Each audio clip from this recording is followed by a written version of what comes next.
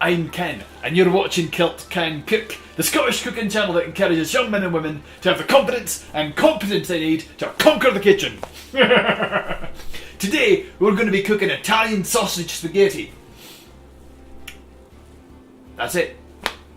Them's the jokes, people. I've run out. Okie doke, I love me a good Italian sausage spaghetti. Next to tacos, this is my favourite meal to cook.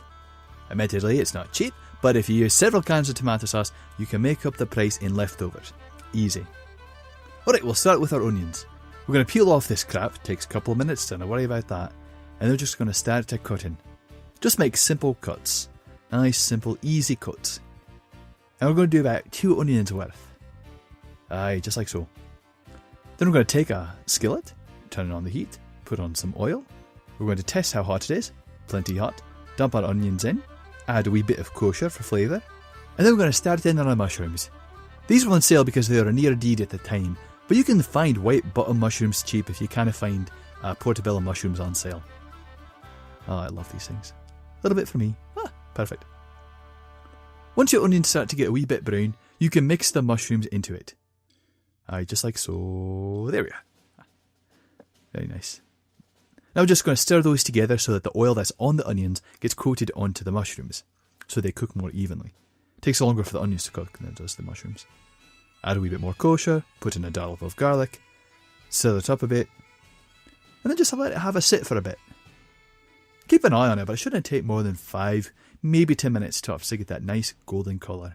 Aye, that colour right there. Next we're going to set up our crock pot. A nice spaghetti sauce tastes best when it cooks for a long time. So we're going to make that happen.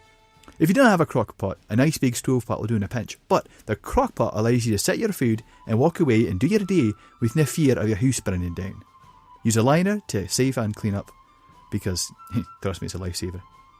Pour in your onions and mushrooms to the crock pot. We're just going to pop open a few tins of tomato sauce. My own formula is 1 more tin than there are people eating the spaghetti.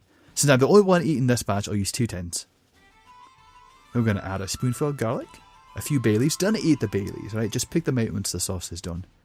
And I measured this for the first time ever. It was about 2 teaspoons worth of Italian seasoning. Add a wee spot of pepper for taste, and then just give her a stir. Let it sit for about 2 hours. You know what? I've got things to do today, so we'll make it 3 hours. Don't worry, it's not going to hurt the sauce any. Alright, with that set, it's time to start in our sausages. I like to get the generic variety because it's cheaper and there's no difference in taste. I like to hack them into medallions because it's nice and simple uniform cooking, and they cut better if they're a wee bit frozen still. There's no reason to waste soap washing your skillet because all that oil is going to help cook these sausages more evenly. It should only take about 10 to 15 minutes to reach the level of delicious brown caramelization. Let's see if I can get a zoom in so you can see exactly what that looks like. Oh, that looks good, doesn't it?